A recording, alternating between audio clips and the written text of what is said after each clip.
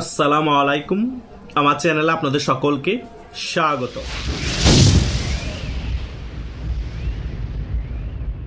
বাংলাদেশে যতই নির্বাচনের সময় ঘনিয়ে আসছে ততই বাংলাদেশে উত্তেজনা বাড়তেই চলেছে। নির্বাচনের তফসিল ঘোষণা হওয়ার পরপরই হাদি হত্যা থেকে শুরু করে বাংলাদেশে এ পর্যন্ত অনেকগুলো হত্যা হয়েছে। বিএনপি জামাতের মারামারিতে অনেকে আহত হয়েছে এবং এই গত ২-৩ দিনের মধ্যেও অনেক ঘটনা সারা বাংলাদেশে ঘটে গিয়েছে। শুধু তাই নয়, আর্মিকেও হুমকি ধামকি দেয়া হচ্ছে। গত ৩-৪ দিন ধরে আমরা মিডিয়ার মধ্যে একটি ভিডিও দেখতে পেয়েছি। সেনাবাহিনীর কর্মকর্তাকে ঢাকা ১৭ আসনের জামাতের এমপি প্রার্থী ডক্টর খালিকুজ্জামান হুমকি দিচ্ছে। তাকে কেন গার্মেন্ট সহ ক্যান্টনমেন্টে ঢুকতে দেওয়া হচ্ছে না সে কারণে। সে বলছে ৫ আগস্টের পরবর্তী সময় নাকি সেনাবাহিনীর অনেক কর্মকর্তা তাদের পায়ে ধরে বসেছিল, তাদের কাছ থেকে নাকি ক্ষমা চেয়েছে। তারা নাকি তারেক জিয়াকে দেখলেই নাকি রাস্তা চেটে পরিষ্কার করে দেয়, আর তাকে গার্মেন্ট সহ কেন ক্যান্টনমেন্টে ঢুকতে দেওয়া হচ্ছে না। সে তারেক জিয়ার বিরোধী প্রার্থী, এটাই তার নাকি বহুত বড় পরিচয়। কিন্তু এই ডাক্তার, এই বাটপার ভুলে গিয়েছে ক্যান্টনমেন্টে ঢুকার একটা রুলস আছে। সেখানে কোনো ধরনের গার্মেন্ট সহ ঢুকা যায় না, বাইরের কোনো অস্ত্র সহ ঢুকা যায় না, সেটা ভুলে গিয়েছে। আরে ভাই, ক্যান্টনমেন্টে আপনি যখন ঢুকবেন আপনার নিরাপত্তা দেওয়ার জন্য সেনাবাহিনী সার্বক্ষণিক প্রস্তুত আছে। সেখানে আপনার আলাদা গানম্যান কেন লাগবে? আপনি কি এমন হুনু হয়ে গিয়েছেন যে ক্যান্টনমেন্টে ঢুকলো আপনাকে আওয়ামী লীগ বা বিএনপি কেউ আপনাকে আক্রমণ করবে? এই সকল ক্ষমতার অপব্যবহার দেখিয়ে কোনো লাভ নাই। এখনো কিন্তু আপনারা নির্বাচনে জয়লাভ করেননি, সরকার গঠন করেননি।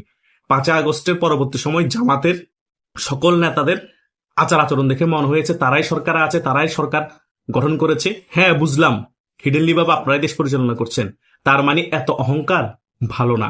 আওয়ামী লীগের অনেক নেতা ৫ আগস্টের আগে ১৬ বছর যখন ক্ষমতায় ছিল অনেক দাম্ভিকতা ছিল, অনেক ক্ষমতার অহংকার ছিল। ৫ আগস্টের পরে কোথায়? অনেকেই গণদোলায় খাওয়ার বয়ে বিদেশ পালিয়ে গিয়েছে। অনেক চেয়ারম্যান দেখেছি গণদোলায় খেয়ে মারা গিয়েছে। এটাই রিয়েলিটি। অহংকার পতনের মূল, কথা বুঝেন নাই? আর আপনারা তো শুধু অহংকার করছেন না, আপনারা মুনাফিকিও করছেন এবং মিথ্যাচারও ছড়াচ্ছেন। আর এইদিকে আপনাদের এই সকল ব্যাপারের কারণে ক্যান্টনমেন্টও উত্তেজনা তৈরি হয়ে গিয়েছে। অলরেডি এক্স আর্মিদের ফোর্স অ্যাসোসিয়েশন যারা আছে তারা ডাইরেক্টলি বলে দিয়েছে খালেকুজ্জামান যদি এই আচরণের জন্য ক্ষমা না চায় তাকে ক্যান্টনমেন্টে অবাঞ্ছিত ঘোষণা করা হবে। স্বাভাবিক, আর্মিদেরকে অপমান করা হচ্ছে, আর্মিদেরকে চকিদারের মতো ভাষা ব্যবহার দেওয়া হচ্ছে, আর্মিরা তো প্রতিবাদ করবে। বর্তমান আর্মিরা তেনাফাড়া হলো, সাবেক আর্মি যারা আছে তাদের এগুলো ইগোতে লেগেছে, তারা প্রতিবাদ করছে। আমি বুঝতেছি না, শেখ হাসিনার আমলেও হাজী সেলিমের যে ছেলে আছে সে জাস্ট নৌবাহিনীর একটা অফিসারের সাথে বেয়াদবি করেছিল, সেজন্য তাকে ৫ থেকে ৬ মাসের সাজা দেওয়া হয়েছিল, সে জেলে ছিল।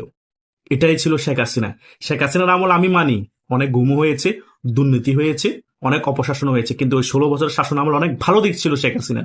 দেশের অনেক উন্নয়নমূলক কাজ করেছে, অপরাধীদেরকে ছাড় দেয়নি, যারা অস্ত্রবাজি করেছে তাদেরকে একেবারে দমিয়ে ফেলেছে। সম্রাটের মতো লোককেও কিন্তু শেখ হাসিনা ছাড় দেয়নি।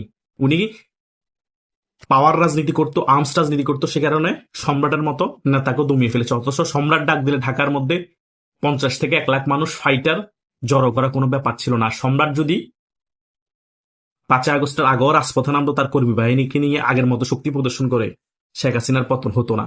শেখ হাসিনা এগুলো বুঝার পরও, জানার পরও শেখ হাসিনা সম্রাটকে দমিয়ে রেখেছিল।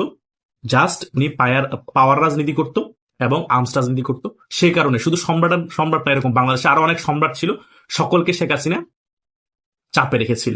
এটাই ছিল শেখ হাসিনার দূরদর্শী নেতৃত্ব। কিন্তু এখন ৫ আগস্টের পরে কি হচ্ছে? বরং যারা অস্ত্রবাজি করছে, যারা আর্ম পলিটিক্স করছে তাদেরকে লাইমলাইটে আনা হচ্ছে, তাদেরকে খুল্লাম ছুট দিয়ে দেওয়া হচ্ছে। সেনাবাহিনী থেকেও মনে হচ্ছে নাই। এক পক্ষ চাচ্ছে দেশকে কন্ট্রোলে নিতে, আরেক পক্ষ পাকিস্তানপন্থী হয়ে কাজ করছে, কিছুই করতে পারছে না, কারণ পাকিস্তানপন্থীদের সংখ্যা সেনাবাহিনীতে বেশি। উত্তেজনা তৈরি হয়, আবার এই সেনাবাহিনীর প্রধান ওয়াকারুজ্জামান সকল কিছু নিজের কন্ট্রোলে নিয়ে ফেলে। কারণ সেনাবাহিনীর প্রধান ওয়াকারুজ্জামানের সাথে বিএনপি আছে, জামাত আছে, ডক্টর গং আছে, আর আওয়ামী লীগ তো কোণঠাসা। তাই মুক্তিযুদ্ধের পক্ষের শক্তি যে সকল সেনাবাহিনী আছে তারা প্রভাব বিস্তার করতে পারছে না, কিন্তু তারা চেষ্টা করছে। কারণ তারা যদি ধরা পড়ে যায় তাদেরকে কিছুদিন আগে যে এক মেজরকে মিথ্যা অপবাদ দিয়ে জেলে ভরে দিয়েছে, ওদেরকে ধরে নিয়ে গিয়ে আওয়ামী লীগের দোসর বলে জেলে ভরে দিবে, তারা চাকরিচ্যুত হয়ে যাবে, তাদের ফ্যামিলি চালাবে কে, সে ভয়ে পারছে না। কিন্তু সময় বেশি দূর নাই, বাংলাদেশের জনগণ যেভাবে রাজপথে নেমে যাবে, সেনাদের মধ্যে যেভাবে বিদ্রোহ হবে, প্রত্যেকটা সেক্টরে বিদ্রোহ শুরু হয়ে যাবে। এখন যতই সেনাবাহিনী, তিন বাহিনীর সকল মিলে বৈঠক করুক, নির্বাচন হতেই হবে, নির্বাচন সুষ্ঠু হবে, নির্বাচনে কোনো সহিংসতা হতে পারবে না, আমরা পুলিশকে ব্যাকআপ দিব, ওকে ব্যাকআপ দিব, যতই কিছু বলুক কোনো লাভ নাই। বাংলাদেশে 50% মানুষ ভোট কেন্দ্রে ভোট দিতে যাবে না, এবং বিএনপিরও 10 থেকে 15% মানুষ ভোট কেন্দ্রে যাবে না। বাংলাদেশে হয়তোবা 10 থেকে 15% মানুষ ভোট কেন্দ্রে যাবে, 10 থেকে 15% ভোট কাস্ট হবে। কারণ বিএনপির অনেক যারা ভোটার তারা মনে করবে আওয়ামী লীগ নির্বাচন অংশগ্রহণ করছে না, বিএনপি চোখ বন্ধ করে পাশ হয়ে যাবে, উদয় কষ্ট করে রিস্ক নিয়ে ভোট দিতে গিয়ে লাভ কি, যদি গোলাগুলির মধ্যে আমি মারা যাই। আওয়ামী লীগের আমলও সেম হয়েছে, আওয়ামী লীগের অনেক ভোটার ভোট দিতে যায়নি, অনিয়া চলে এসেছে। কেন? কারণ বিএনপি যেখানে নাই সেখানে হুদায় ভোট দিব কাকে? আওয়ামী লীগ যেই প্রার্থী দ্বারা সেই তো জয়লাভ করবে, বিদ্রোহী হোক আর দলীয় প্রতীকের প্রার্থী হোক। আওয়ামী লীগের আমলও সেম ঘটনা ঘটেছিল, এখনো সেম ঘটনা ঘটবে, তার কোনো ব্যতিক্রম হবে না। নিজেরা নিজেরা কামড়াকামড়ি করবে, নিজেরা নিজেরা মরবে, মধ্যখান দিয়ে আর্মির টহলের উপর থাকবে, পুলিশও পালিয়ে যাবে। কথা বুঝেন নাই? জাস্ট একটা পাতানো নির্বাচন দেওয়ার দরকার। সেই কারণে সেনাবাহিনীর প্রধান মিডিয়ার সামনে এসে খুব শক্ত বক্তব্য দিচ্ছে, হুঙ্কার দিচ্ছে, তিন বাহিনীর প্রধানকে নিয়ে বসতেছে, বিভিন্ন জেলাতে যাচ্ছে, বিভিন্ন বিভাগে যাচ্ছে, জাস্ট উদ্বুদ্ধ করার জন্য। আরে ভাই করেন, সমস্যা নাই, কিন্তু বাংলাদেশের গণতান্ত্রিক প্রক্রিয়া ফিরিয়ে আনতে পারবেন না যদি আওয়ামী লীগকে রাজনীতি করার সুযোগ না দেন। আপনি যতই বক্তব্য দেন, বাংলাদেশের মানুষ ভালো করেই জানে আপনি কাদের পক্ষে কাজ করছেন।